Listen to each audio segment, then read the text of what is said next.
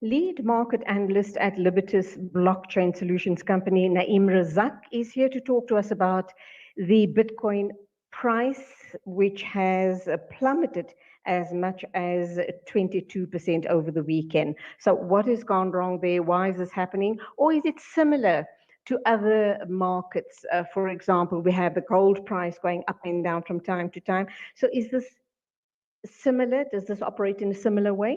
Let's hear what the expert has to say in this regard. And that's you, Naeem Razak. Assalamu alaikum. Welcome to the program. Wa alaikum salam.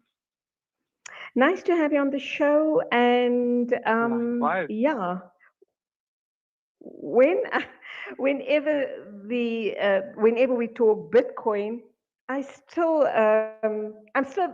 nervous about Bitcoin, and yet we know it has taken the world by storm. So my first question to you would be, what was the reason for the plunge by 22% on the weekend?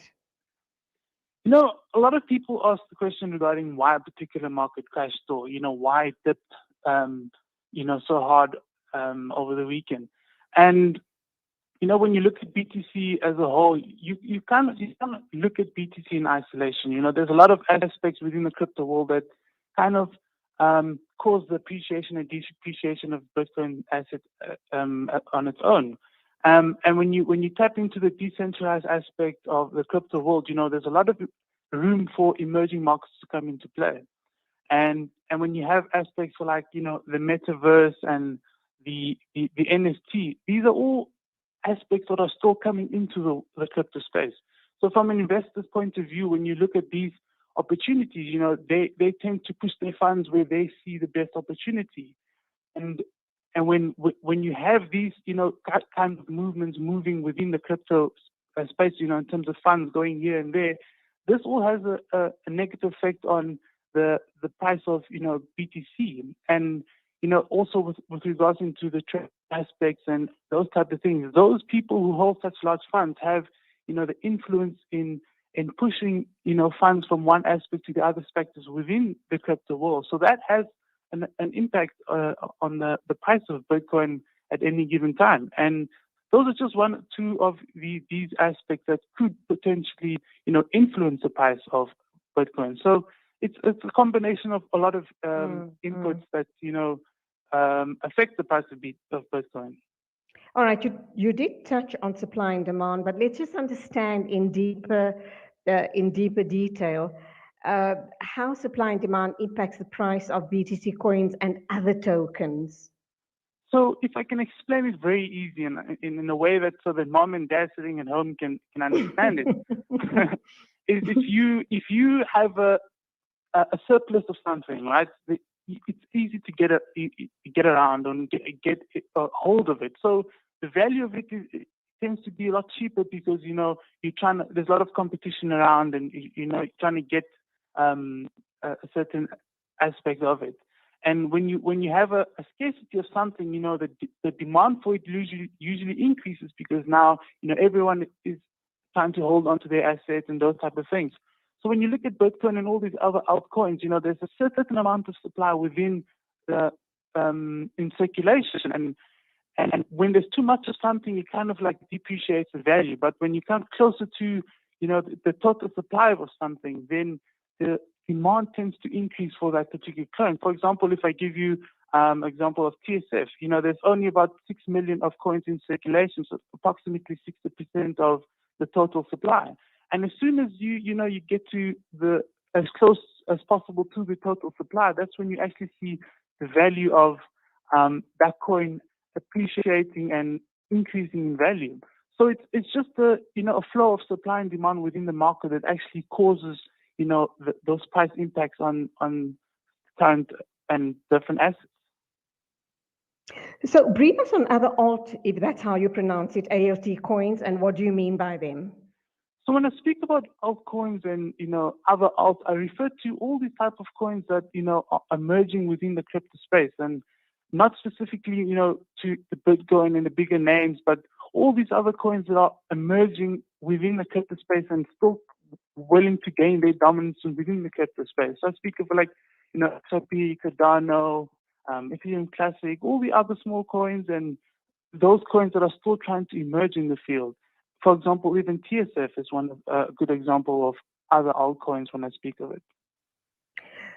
What's been the performance of these alts and that you've mentioned, and how does BTC impact them? So, all these altcoins have been doing well in the sense that they've been showing growth. And, when we speak about cryptocurrency and we speak about, the crypto space, like to mom and dad, and immediately they draw back to Bitcoin. Because Bitcoin has such a weight of importance within the crypto field that everyone just talks about Bitcoin. But all these altcoins are yet to, outperform BTC in the sense that, all these coins are coming from what they've learned from BTC, what they've learned from Ethereum, and they're trying to develop their own way in this field. So it's quite, it's just a matter of time where all these altcoins tend to, bring their forth into the crypto environment. And for example, I can give you, with all these altcoins and all of these, TSF has its own unique blockchain, and their blockchain can optimize ending solutions, and it's only a matter of time where, these small altcoins take over within the crypto field. And, BTC is just one aspect within the crypto field. And once, these other emerging coins come to the party and people start discovering what they can offer, then it's just a matter of time where these small altcoins take over in the crypto world. My final question to you before we give out your details, because I'm sure people are wanting to get in touch with you, wanting to know more about cryptocurrencies, and possibly even buy them from you via from your company, which is Libertas. Yes. Does it kind of operate in a similar fashion, like you buy shares on the stock exchange? Is it a similar concept? So basically what you need to understand is just a medium of exchange. So it works very similar to, a stock that you kind of see on the crypto market. However, it's not very, defined to be exactly like a crypto stock market. It's more decentralized away from, the norm of medium of exchanges and those type of things. But it is a value that you kind of purchase, and through that, and according to supply and demand, the value of that increases. So it's basically, just very similar principles on the stock market. It's just a different platform, and the value and of the price and how it appreciates and depreciates. It's just the similar concept on the stock market. It's just according to supply and demand. Okay, how do people get in touch with you? So they can view our website, libertasgh.com. They can go and explore that website.